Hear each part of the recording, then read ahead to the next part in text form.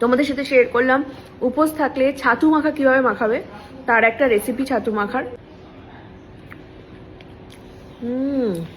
So নীল চতুর্দশীর উপোসের পর কি খাবে, তো এটা একটা রেসিপি তোমাদের সাথে শেয়ার করছি। তোমরা এটা কি বানাচ্ছ? ছাতু ছাতু মাখা। ছাতু মাখা কি কি দিয়ে মাখাচ্ছ দাঁড়াও দেখাই। আচ্ছা, ছাতু আর সাথে আছে কলা, নারকেল কোড়া, নারকেল কোড়া, চিনি আর দুধ। মাখা চলছে, পরিমাণ মতন চিনি, নারকেল কোড়া, দুধ।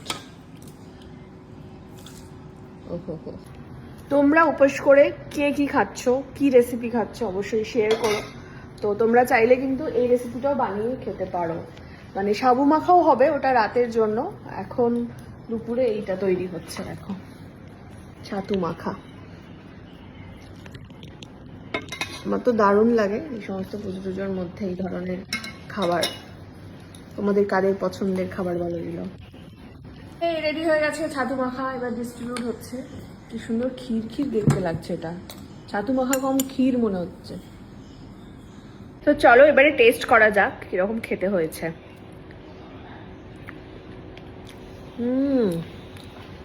দারুণ।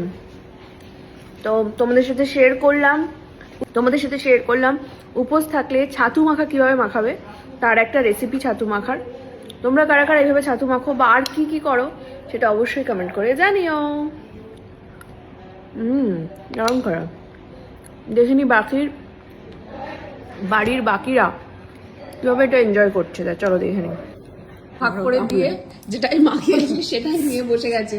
এইটা মাখার যেটা যাদের মাখানো হয় সেটা চেটে খেতে দারুণই লাগে। কেমন বানিয়েছো?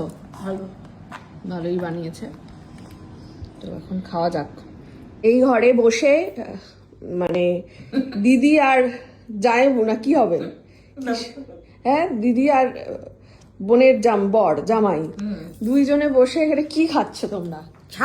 ছাতু মাখা, যেটা তোমার বোন মাখিয়েছে। কেমন মাখিয়েছে গো বোন? সুন্দর হয়েছে। হ্যাঁ কি গো বউ, কেমন ছাতুটা মাখালো? হ্যাঁ, ছাতু মাখা ভালোই হয়েছে। তুমি তো এক্ষুনি খেয়ে উঠলে, আবার ছাতু মাখা খাচ্ছ? হ্যাঁ দেখে লোক সামলাতে পারে নাকি? দেখে লোক সামলাতে পারেনি, ওই জন্য ভাত খেয়ে আবার ছাতু খায়। হ্যাঁ জাস্ট খেয়ে উঠলো, খেয়ে আবার দেখি ছাতু মাখা খাচ্ছে। না ঠিক আছে, খাও, দারুণই সুন্দর খেতে হয়েছে। এনে তোর ছাতু মাখা। আর ওখানে অজ্ঞান হয়ে পড়ে গেছে কে?